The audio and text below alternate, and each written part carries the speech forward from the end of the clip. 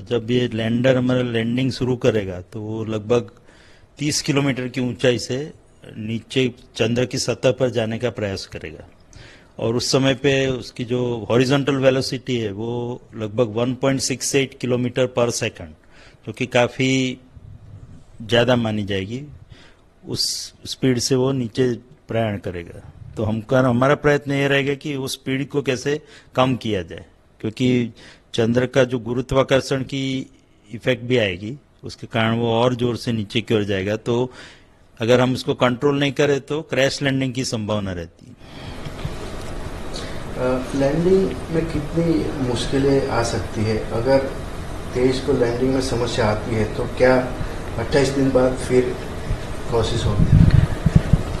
23 अगस्त को वैसे तो जिस तरह से अभी तक ये मिशन का जो कार्यक्रम रहा है उसके मुताबिक तो 23 अगस्त को हम सफलतापूर्वक लैंडिंग करने का प्रयास करेंगे।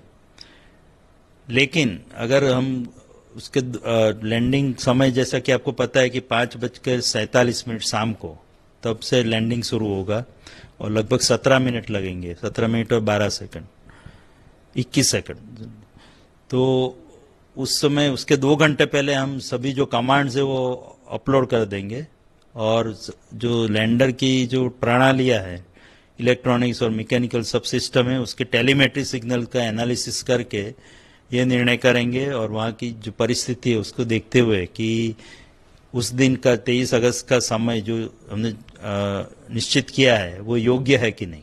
अगर हमको कोई प्रणाली में त्रुटि दिखती है, कोई हेल्थ पैरामीटर ठीक नहीं आता है, तो उसको विलंबित कर देंगे और 4 दिन बाद उसके बाद प्रयास करेंगे 27 अगस्त को। तो ये 2 सिनेरियो हमने प्रोग्राम करके रखे हैं हमारे लैंडर के कंप्यूटर में कि अगर 23 अगस्त को सब कुछ ठीक रहा तो 23 अगस्त ही हमारा फाइनल डेस्टिनेशन है, उस दिन हम सॉफ्ट लैंडिंग का प्रयास करेंगे। अगर 23 अगस्त को नहीं हो पाया किसी कारणवश तो भी चिंता का कोई विषय नहीं, हमने 27 अगस्त का पूरा प्लानिंग करके रखा हुआ है। खाली उसमें जो खास डिफरेंस ये रहेगा कि 27 अगस्त को हम 30 के बदले 18 किलोमीटर की ऊंचाई से नीचे की ओर प्रयाण करेंगे। और उसका जो लैंडिंग साइट हमने जो सिलेक्ट किया है वो थोड़ा पहली जो मेन लैंडिंग साइट है उसके मुकाबले वो थोड़ी कठिन परिस्थिति होगी, बट उसमें कोई चिंता का कोई विषय है नहीं। सर, रूस का लूना 25 पहले ही क्रैश हो चुका है, ऐसे में चंद्रयान 3 से हमें क्या उम्मीद कर सकते हैं? रूस का जो लूना 25 मिशन रविवार को क्रैश लैंड हो गया तो यह अपेक्षा नहीं थी, क्योंकि आपको पता ही है कि रशिया तो स्पेस में सुपर पावर माना जाता है और उनके पास काफ़ी रिसोर्सेज और प्रणालियाँ पहले से ही विकसित है। बट उसके बावजूद भी उनको ये असफलता हासिल हुई, खास करके वो भी साउथ पोल की ओर जाने का प्रयास कर रहे थे। तो इस तरफ से थोड़ी निराशा होना स्वाभाविक है।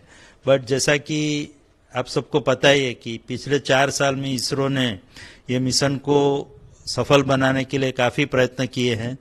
हमने खास करके चंद्रयान 2 सॉफ्ट लैंडिंग के टाइम हमको भी असफलता मिली चुकी है। तो उस असफलता के समय जो टेलीमेट्री और उसके डेटा को एनालिसिस करके हम जो विश्लेषण करके जो तारण पे आए हैं, जो हमने निश्चय किया कि जिस जिस प्रणालियों में परिवर्तन जरूरी था वो हमने किया है। लगभग 21 प्रणालियाँ, 21 सब सिस्टम्स में हमने हार्डवेयर, सॉफ्टवेयर, एल्गोरिदम, टेक्निक्स और कुछ नए सेंसर भी ऐड किए हैं। तो अलग अलग तरीके से पूरी लैंडिंग सिस्टम को बहुत ही रोबस्ट और रगेडाइज बनाने का प्रयत्न किया है और काफ़ी टेस्टिंग पे ध्यान दिया है। इस बार टेस्टिंग पे बहुत ही जोर दिया है और अलग अलग तरह से लेबोरेटरी में टेस्ट किया है। हमारी जो लैब्स है उसमें डिज़ाइन करते वक्त सिमुलेशन पे भी बहुत बार दिया है।